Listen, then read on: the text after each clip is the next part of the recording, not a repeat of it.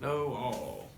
I am reviewing sort of a legacy Northeast IPA, Dogfish at 60 Minute. Everyone's had it, maybe not in a long time, and I hadn't had it in quite a long time. But it definitely is not as dark as it used to be, you'll see. It's still 6% alcohol, 60 IBUs. They boil the hops and add them continuously for 60 minutes for some weird reason. But they've definitely dialed back the crystal malt. On their website, they don't really give you any info on the ingredients, but most clones say to use crystal or Munich malt in a good amount. And then the two main flavoring hops are Simcoe and Amarillo hops, which are not so old-fashioned. They bitter with Magnum, and they might use some more of that later. I'm not totally sure though, but let's just jump right into it. This bottle is well under a month old, so quite fresh, and you can see that it is very, very pale. It definitely used to have a little bit more darkness, I think. And I looked at some really old reviews and video reviews, and it was a little darker if you go back, to like 2011, I think.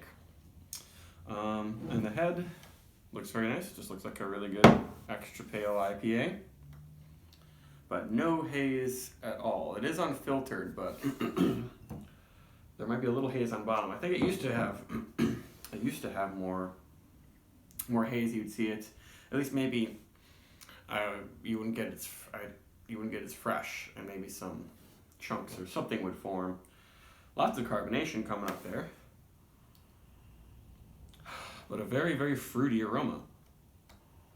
Like, I think I was assuming that they use a whole bunch of classic C hops in this, but there are no C hops in it. It's just Simcoe and Amarillo, which are rather fruity, even though they aren't as new and fruity as your Citra and Mosaic and all those hops. But there's only a hint of a sweet kind of toastiness. Otherwise, it's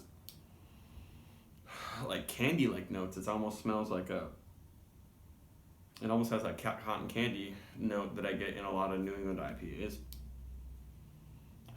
It's not explosively fruity, but pretty darn fruity with lots of orange. Yeah, and lots of candy notes, which I guess is coming from the Simcoe and Amarillo. It's not really piney at all to me. It doesn't smell like really bitter grapefruit. It's not all citrus. It's a little bit peachy too, honestly. I really like the aroma.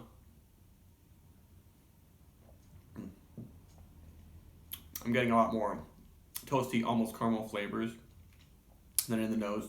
That's where you're noticing the crystal malt is definitely in here, I would say, and more than, say like Trillium would use. And pretty sweet, and then it lingers with like lots of candied citrus and kind of a little bit of a peachy note too.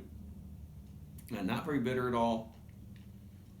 Pretty well balanced. If you gave me this these days, I might call it a pale ale.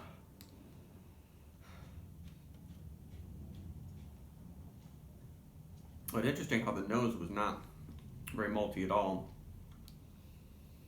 Still not very malty. But definitely in the flavor, I get a little bit more of that old-fashioned American hoppiness. The yeast is very clean. It's definitely, Sierra Nevada type yeast. So the flavor of this actually is pretty close to Sierra Nevada. I bet if in Sierra Nevada they just used Simcoe and Amarillo instead of Cascade or Centennial and those ones, it would probably be quite a bit like this. Really nice head retention, even though this glass wasn't perfect clean. Yeah, this is a nice beer.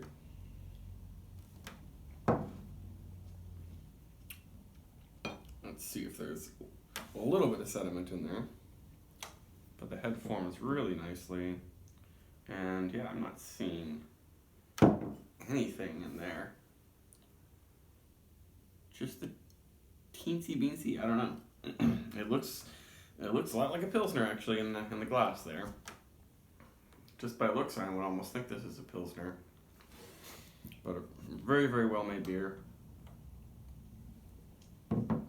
don't know how I feel about the company now that they have merged / been bought by Boston Beer Company.